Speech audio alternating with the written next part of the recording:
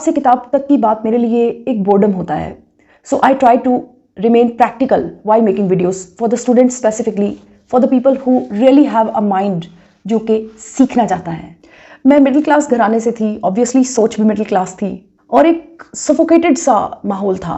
मुझे याद पड़ता है कि एक अनदेखी सी जंग थी बड़ों और छोटों में. बड़े ये चाहते थे कि छोटे उनसे इंस्पायर हों, उनकी रिस्पेक्ट ऑब्वियसली करें, जो कि की भी जाती है. बड़ों की रिस्पेक्ट अमूमन हमारे माशरे में की जाती है, लेकिन ये जो एक ख्वाहिश थी कि बच्चे जो हैं वो बहुत ज़्यादा इंस्पायर हो जाएं हमसे और उनके जैसे अच्छे इंसान बने. यानी बच्चों के लिए जो पहला मैसेज है वो ये है कि वो अच्छे नहीं हैं, दे आर अनकॉन्शियसली क्रिमिनल्स. सो मेरा और मेरे जैसे तमाम बच्चों का नेचुरल रिएक्शन यही होगा, जो कि मेरे बड़े बेटे का भी होता है, कि जहाँ बड़ा नजर आए निकल लो.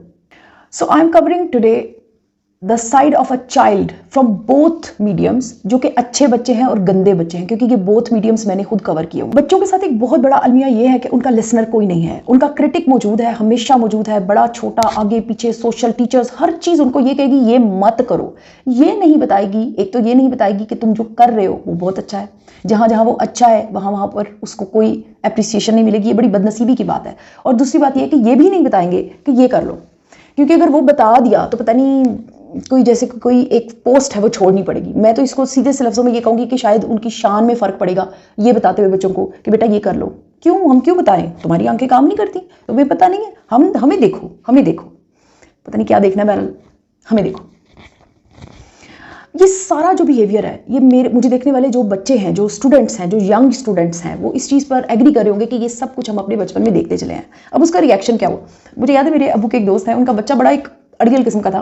मेरे अबू ने उसका हाल पूछा, उन्होंने कहा वो उस बच्चे का हाल बताएं. उन्होंने कहा आपने जब देखा था तो छोटा था, तो मसाइल छोटे थे, सब कुछ ही छोटा था जो उसके अंदर था. अब वो बड़ा हो गया, तो वो जो कुछ उसके अंदर था वो बड़ा हो गया. बिल्कुल इसी तरह हम लोग जब ये सब कुछ लेके बड़े होते हैं तो हम क्या करते हैं?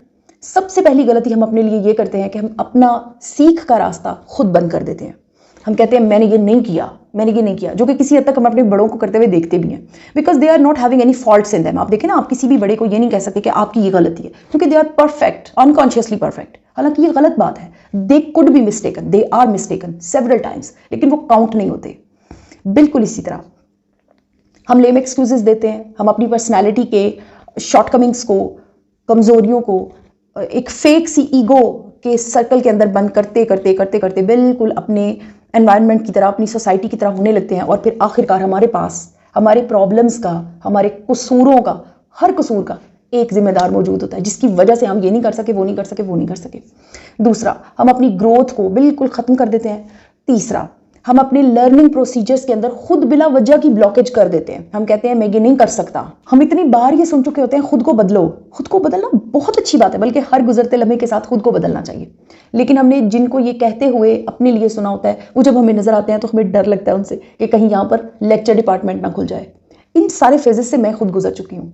खुद को बदलना बहुत अच्छा था, नई चीज़ों को एक्सपीरियंस करना बहुत अच्छा था, पॉजिटिवली लाइफ को एक्सप्लोर करना बहुत अच्छा था, अपनी गलतियों से सीखना बहुत अच्छा था, अपनी गलतियों को मान लेना बहुत अच्छा था. लेकिन ये सब कुछ अनफॉर्चुनेटली हम नहीं कर पाते, क्योंकि हम रिएक्शनरी हो जाते हैं.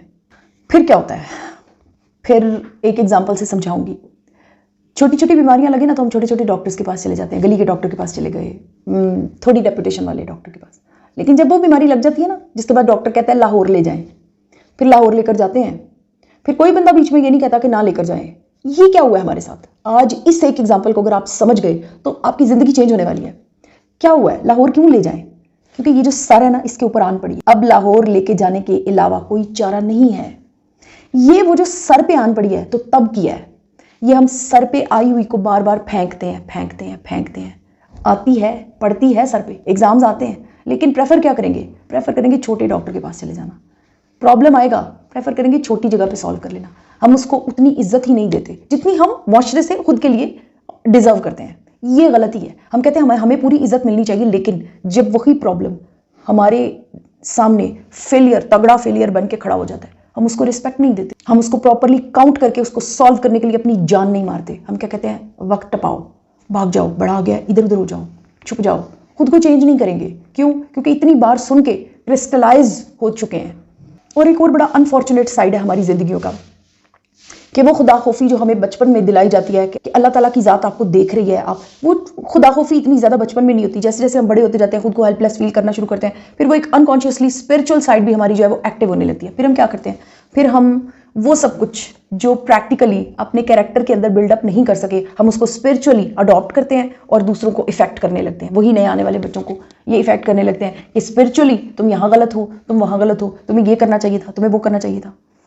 यानी वो जो एजुकेशनल क्रिटिसिज्म था आपका सारा, लर्निंग बेस्ड क्रिटिसिज्म था, उसने जगह क्या ले ली? उसने जगह ले ली रिलीजियस क्रिटिसिज्म पे, स्पिरिचुअल साइड ऑफ क्रिटिसिज्म। ये भी मैंने बड़ी करीब से देखा है। अब हम डायरेक्ट आते हैं सॉल्यूशंस की तरफ। अगर हमने होश ना की तो होगा क्या? होगा ये कि मुआशरा हमें क्रिटिसाइज करते करते, हम पे हंसते हंसते हमें खुद की तरह बनाता चला जाएगा, अनकॉन्शियसली, हमें नहीं पता चल रहा होता। एक जगह मैंने पढ़ा था, when we are having dinners on tables the change is happening. यानी हम तो खाना खा रहे हैं लेकिन वक्त बदलता जा रहा है, हमें पता नहीं चल रहा। बिल्कुल इसी तरह से सर पर पड़ी हुई उस ज़रूरत को रिकॉग्नाइज करना सबसे बड़ी ड्यूटी है हमारी, मेरी, आपकी।